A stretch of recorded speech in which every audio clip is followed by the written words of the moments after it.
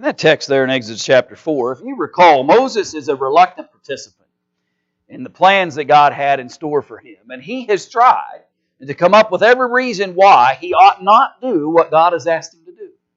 He's trying to explain to the Creator of all things, the one who has the power above all power, why it is that God will not be able to help Moses go and fulfill the purpose that God had intended for him. And maybe in some ways a moment of frustration, I don't know. I don't want to qualify the mind of God in this particular moment. But it is interesting that he looks at Aaron, if you will, and he says, Aaron, what is that in your hand? And Aaron simply says, as you can almost envision this moment as this conversation is taking place, Aaron looks and you can almost see the wheels spin in his mind. Does God not know that this is a shepherd's rod? And there's nothing particularly peculiar about that, a very common tool that a shepherd might have, and not something that was necessarily all that beneficial in a lot of ways, and in any great scheme of things in some senses. But God says, take that rod and throw it upon the ground. And when he does, it becomes a snake. And I suppose that Moses reacts in the very same way that you and I would react if we saw a snake. He runs. And he takes a step back from that. He sees what God has done with that rod and converting it to a snake. And what's interesting then is God's not done with it. God says, now I want you to reach down and pick up that snake by the tail. Now I suppose I'd just as soon pick it up if I had to by the tail instead of the head. But God says, I want you to grab that snake. And so Moses picks up the snake from the tail and it becomes a rod again. And what I believe God is trying to illustrate to Moses is simply this. Moses, I will use whatever tools you have in your hands to fulfill the purposes that I need you to fulfill. Quit telling me about the things you don't have. Quit telling me about how you're not very courageous. And quit telling me about the fears that you have about how the people will react to you. Quit telling me about how you don't talk so good. Quit telling me about all the reasons why you can't do this. I can do all things even within the tools that you have in your very hands. And so that's what I'd like to share with you tonight in our discussion. Are you and I willing not to think beyond and say, well, Lord, I can't accomplish this work or that work. I can't fulfill this task or that task because I don't have the skill set. I don't have the right tools by which to fulfill those things. And God isn't asking you or I to do anything that we don't have access or ability to accomplish. He's simply asking all of us to use the tools that we have in our hands to do the purposes and the will of our Creator. And so let's think about that for a little while together this evening. I don't have any idea, to be honest with you, how far in your outlines that I shared with you I'm going to go. Depends on how quickly I'm able to move from one thought to the next. But we'll go as far as we feel like we're still got everyone's attention. Now, let's notice here, beginning in our study, about 4 examples of those who use some unusual and interesting things as it relates to what was in their hands. I want you to go over to Judges chapter 3. Judges chapter 3. I want you to notice a fellow by the name of Shamgar in this text. Judges chapter 3 and in verse 31. After him was Shamgar, the son of Anath, who killed 600 men of the Philistines with an ox goad. And he also delivered Israel.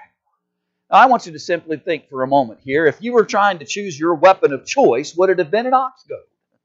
If you were trying to figure out what's the best weapon, what's the best tool that I could put into my hands to be able to go and battle the Philistines, I don't know that you would look around and try to figure out where you laid your ox goad down at. But that's what he had.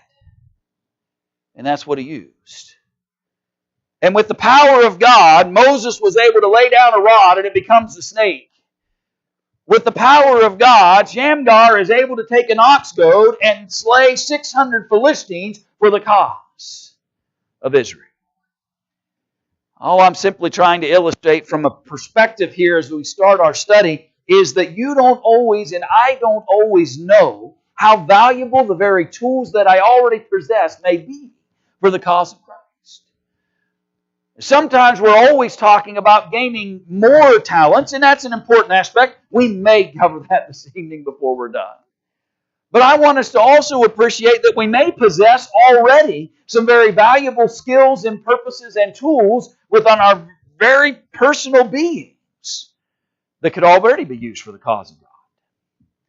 For Shamgar, it was an ox goad. For David, in 1 Samuel 17 and verse 40, it was a what? It was a sling. It was not that cumbersome, armor that Saul offered him. It wasn't all the greatest military protection and weaponry that Saul the king had at his disposal that David needed. What David needed was what was already in his possession.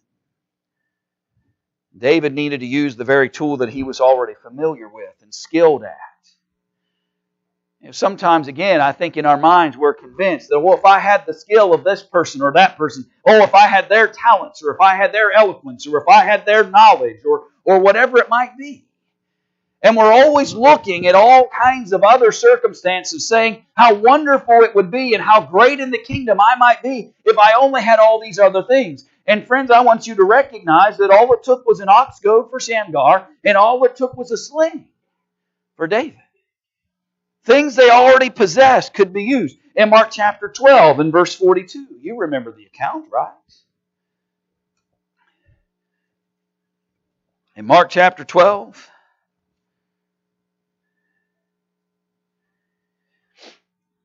back up for a minute. I want to get you more than just verse 42 here for a second. Let's look at this. Let's start in verse 38. Then he said to them in his teaching, beware of the scribes.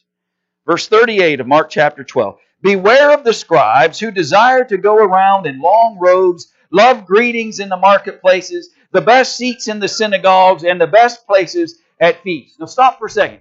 Jesus basically just said, they're convinced.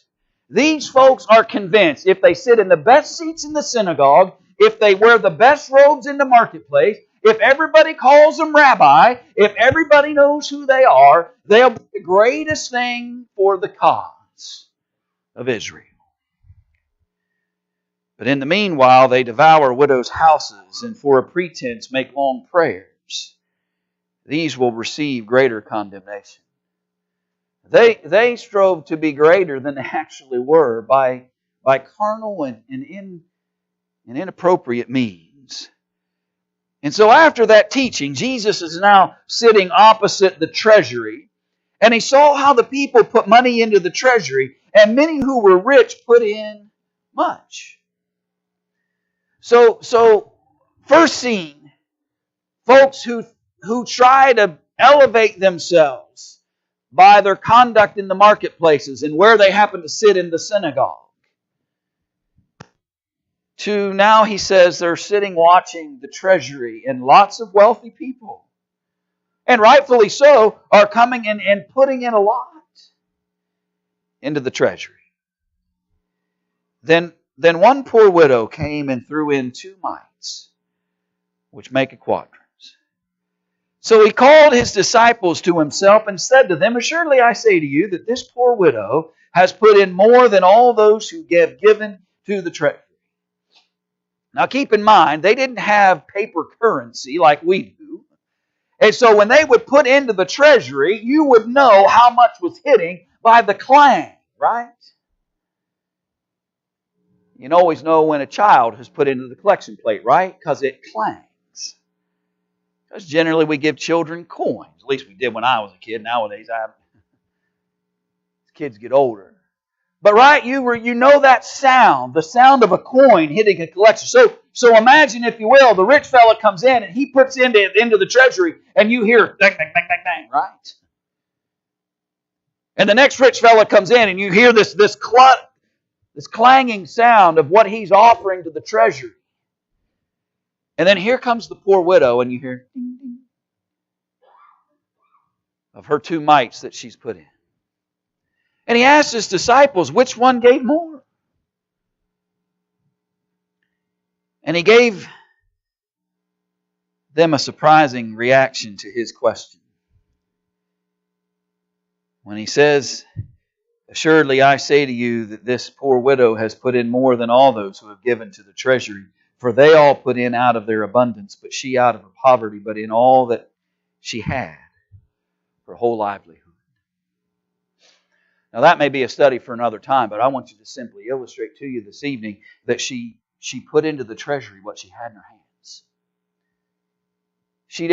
She wasn't concerned about whether that would match up. And I suppose you could have rationed out from all kinds of reasonings, right? You could have said, well, the treasury really doesn't need it. Listen to all the rich people throwing in lots and lots into the treasury. Surely the treasury doesn't need my 2 mites.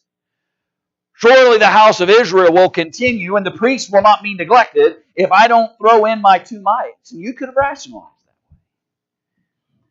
that. And from a monetary, temporal kind of discussion, I suppose that kind of thinking is probably accurate. It was not going to affect the overall budget issues of the treasury if she did or did not throw in her 2 mites. But it meant everything to her and her relationship with God. It meant everything to her to be willing to offer what she had. She couldn't accumulate what the rich folks could. She could not possess into her hands the magnitude of the wealth that others had garnered so that it would sound really loud when it hits the treasury chest.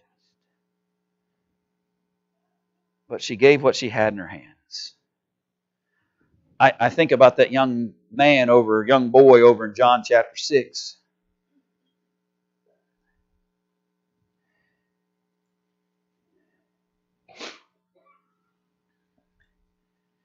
John chapter 6 and verse 9.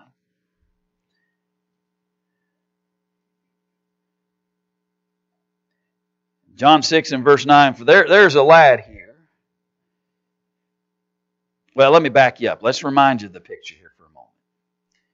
Verse 5. Jesus lifted up his eyes and seeing a great multitude coming toward him, he said to Philip, where shall we buy bread that these may eat? But this he said to test him, for he himself knew what he would do. Philip answered him, 200 denarii worth of bread is not sufficient for them, that every one of them may have a little.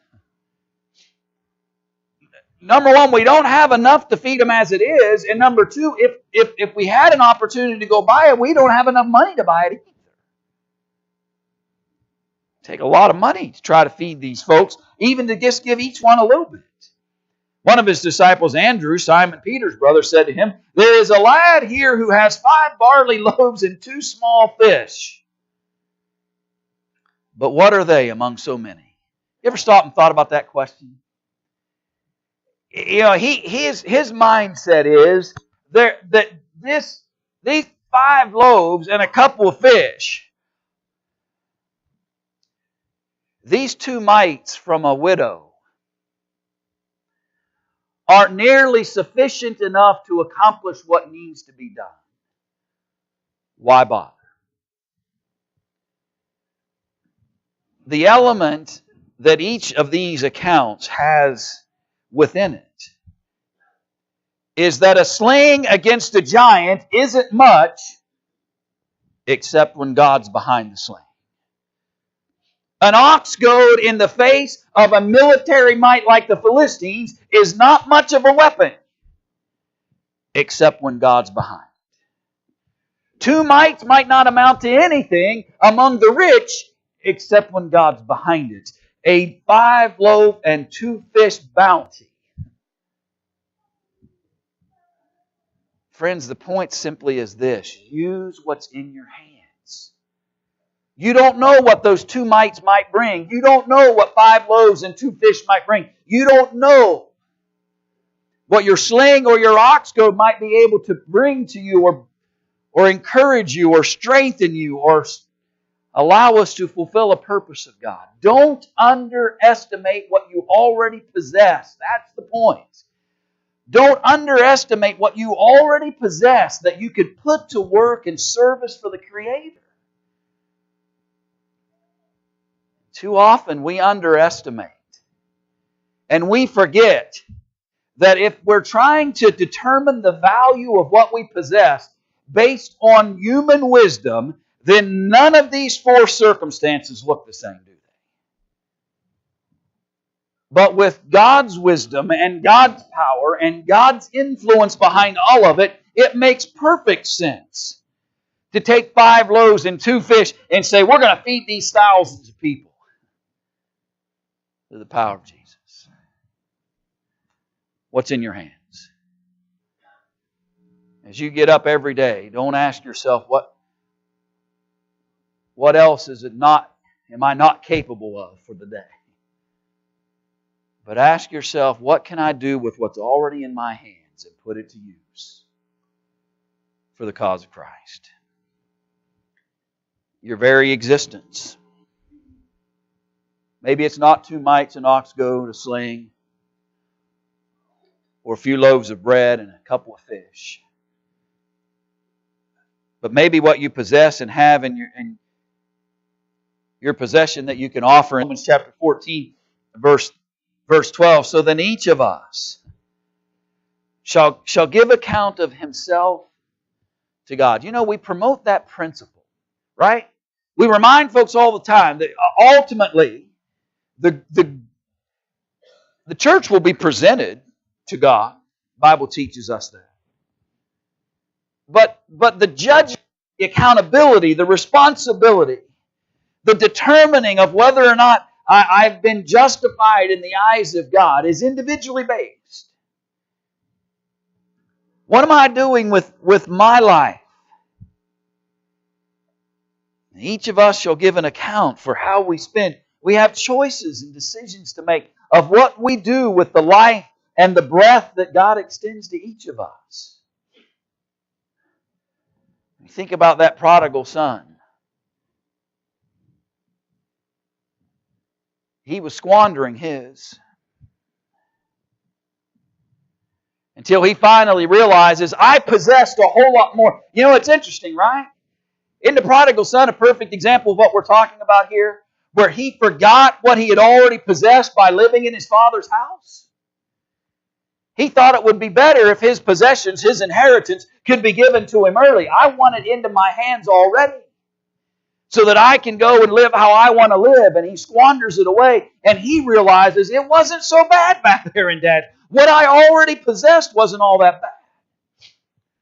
By the way, that lesson is retaught with the older son.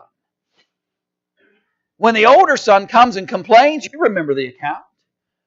When he comes and complains to his father, I've been here all along. You never killed any fatted calf for me. You never let me call my friends to have a great big old party. I've been here with you the whole time. And the father reminds him, that's right. You've had the beauty and the benefit in your hands the entire time. The benefits of my household. What will I do with what I possess? And will I use it to the glory and benefit of God? Or will I be like the prodigal who thinks that if I had it differently or if I could change the picture, not realizing how good he already had it? You think about Judas. Tell me a person who had greater opportunities than Judas. He gets to walk and talk and conduct himself in personal connection with the Savior.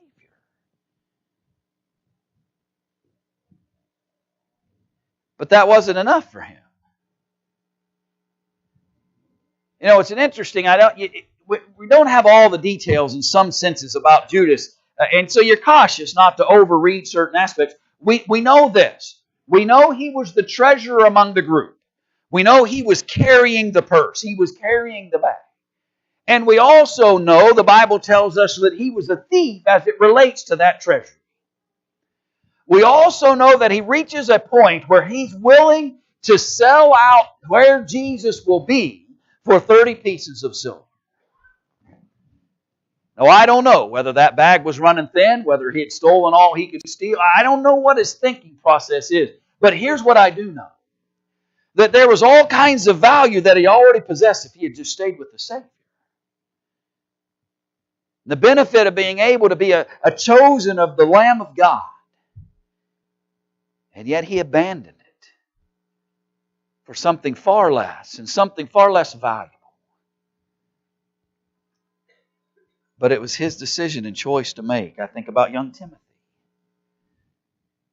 When Paul challenges him when he writes that opening letter to him, Will you stay steadfast to the things that your mother and your grandmother have instilled in you?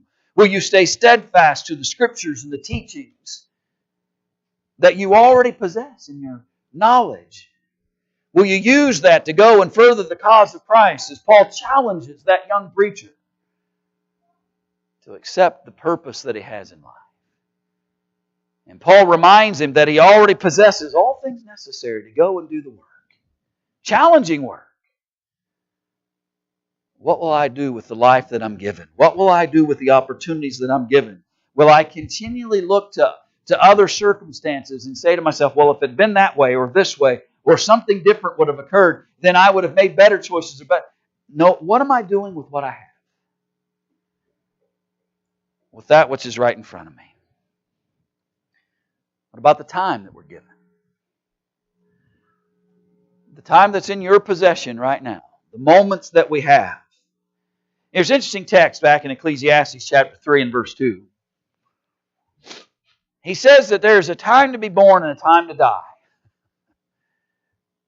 Isn't that just heartwarming? Doesn't that just light a all bubbly feeling in you? But here's the thing you and I should get out of it. The Ecclesiastes writer, of course, he talks about all kinds of vanities and emptiness and things that he had pursued that didn't work out so well, and there's lots of narrative within the book. All he does for us, though, here is he frames it. He says, we all have a beginning and an end. What are you doing in between? We all have a moment of birth and we'll all have a moment of death. What are you doing in between those two moments? That's what God's asking us. He wants to know what we're going to do with the valuable time that He grants to us between birth and death. That's life, right? That's the life that we live. I think there's a well, it's been a while, I guess, but there's an old poem, I can't even remember exactly, but it talks about the dash in between. As you look at a tombstone and you see a birth date and a death date and there's a dash. That principle is taught in Ecclesiastes. There's a time to be born and a time to die. What am I doing in the meantime? Between birth and death. Let me share another text with you in Ephesians chapter 5, verse 15. Ephesians chapter 5, verse 15. Paul challenges us. See then that you walk circumspectly, not as fools, but as wise, redeeming the time, because the days are evil. Have you ever experienced? I hope you can all say yes to this, by the way, before I even ask it. But have you ever experienced something and you said that was the best time ever? Until the next moment that was a little better than that, and then you say that was the best time ever. And then you have experienced a little different. And, oh no, that was the best time ever. The point I'm trying to make us realize is redeem that time. Do the best we can to make every moment the best time ever, because that's what we've got. And that's what we have before us. It's what's in our hands. Redeem every moment. Do everything we can to make every moment the best time and a valuable time spent,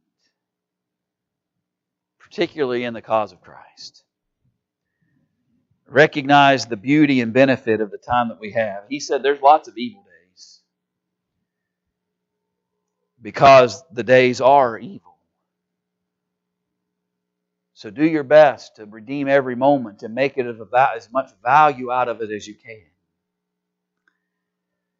You know, there's the counter to that, right? We say, well, that was the best time, but sometimes we also say what? Sometimes we say, what a waste of time. And sometimes we're trapped and we waste some time that we didn't really have any choice. But sometimes we waste a lot of time by lack of passion, a lack of desire to find something productive to do in that moment of time? Sure, rest and relaxation are important aspects to any person's life. We all need those moments to kind of recharge the batteries.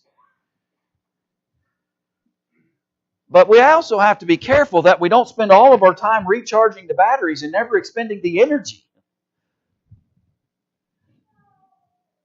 We sometimes fill the battery, and then rather than expend the energy, we just get another battery. And we fill it up. What am I doing with the time that we have? With what you have in your hands already? The promise of that, or the challenge of that, is there is no promise to it. And the lesson that we've got to appreciate within it is that all we have is the dash in between, and the only equation or part of that we know is the day of the birth. We don't know when the end will be. So redeem the time. Let every moment be as valuable as you can make it to our benefit. In your hands you have influence. Opportunities to guide and share with others in good or bad. But it's in the hands of everyone here. An opportunity to try to encourage or aid or benefit others by the manner in which we conduct ourselves. Galatians chapter 5, verse 7.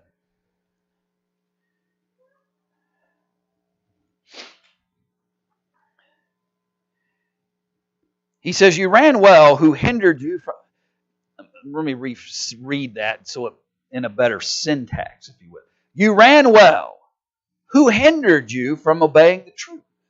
This persuasion does not come from him who calls you. A little leaven leavens the whole lump. What's influencing you? What's pulling you away? You ran so well. You were doing so good. Why have you allowed something negative, something contrary to persuade us? And it's not coming from him who calls you. But notice, he said all it takes is a little leaven. And I'm convinced that, by the way, that principle is true in both directions. And what we have to decide is, will I leaven the moments for good or will I leaven them for bad? Will I try my best to add things to the moment that will bring benefit and encourage that moment in good, or will I leaven it for challenge?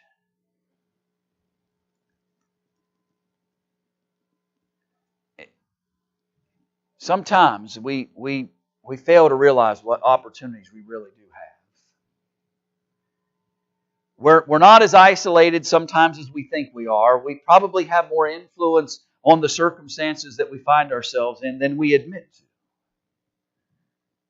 What am I doing with those moments? What am I adding to those moments? Am I extending something positive within those moments? Am I encouraging folks around me? It's what I possess. And maybe that's all I possess in certain circumstances. There may be times in my life where that's all that is in my hands. I can't fix it. I can't change it. I can't make people do what I want them to do. All I can do is add my influence to the equation, and I have to make a choice as to whether that influence will aid or detract from that moment. What's in my hands may only be the influence that I can bring to that circumstance. What will I do in those moments? And the truth is, you and I don't live or exist without it. All of us have it within our hands. All of us have the ability to bring influence. What will I do for those moments? And recognizing that how we use those moments are carried with us into eternity. The Revelator said in Revelation 14, verse 13, he said, Then I heard a voice from heaven saying to me, Write, Blessed are the dead who die in the Lord from now on. Yes, says the Spirit, that they may rest from their labors and their works follow them. The manner in which we influence, the manner in which we used what within our hands will be carried with us into eternity. Now, as we close tonight, let's talk a little bit about this idea of talents. And what I believe maybe the lesson that we can appreciate tonight from a familiar context is that if you use what's already in your hands, it will enable you or allow for you to increase in the talents. That seems to be kind of a base principle within the discussion in Matthew chapter 25. Go look at it. I know you're familiar with it, but go look at it one more time with me. And let's extract this thought from it tonight. Matthew chapter 25, verse 24. Then he who had received the 1 talent came and said, Lord, I know you to be a hard man, reaping where you have not sown and gathering where you have not scattered seed. And I was afraid and went and hid your talent in the ground. Look, there you have what is yours. But his Lord answered and said to him, You wicked and lazy servant, you knew that I reap where I have not sown and gather where I have not scattered seed, so you ought to have deposited my money with the bankers, and at my coming I would have received back my own with interest. Therefore take the talent from him and give it to him who has 10 talents. For to everyone, now notice, for to everyone who has, more will be given. I believe what Jesus is teaching is for everyone who uses what they already have, more can be given to that individual. But if you're going to try to go bury it in the ground somewhere, why should God give you any more? If you're not going to put it to use for the purposes of God, for the cause of Christ, then why should God continue to give you? That's the picture. There's a side lesson maybe in that to remind us that we cannot expect God to continue to bless and bless and bless when we continue to squander what He's already given us. And we can talk about that from all kinds of perspectives, but just think about it from a talent sense, or an ability sense, or what's in our hands. He will have abundance, but from him who does not have, even that he has will be taken away. Cast the unprofitable servant into the outer darkness. There will be weeping and gnashing of teeth. I really intended for this lesson to be positive, and I'm trying to stay there, but it's important for us to recognize, though, an important part of this discussion. God didn't give me a choice as to whether I will use what's in my hands or not. Use them to my benefit and for the cause of Christ, and it will bring me eternal benefit, but refuse to use what God has blessed me with, the time, influence, talents, abilities, opportunities, circumstances, fail to use what God has given me. And not only will I lose that, but nothing more will be extended, and I lose my soul in the process.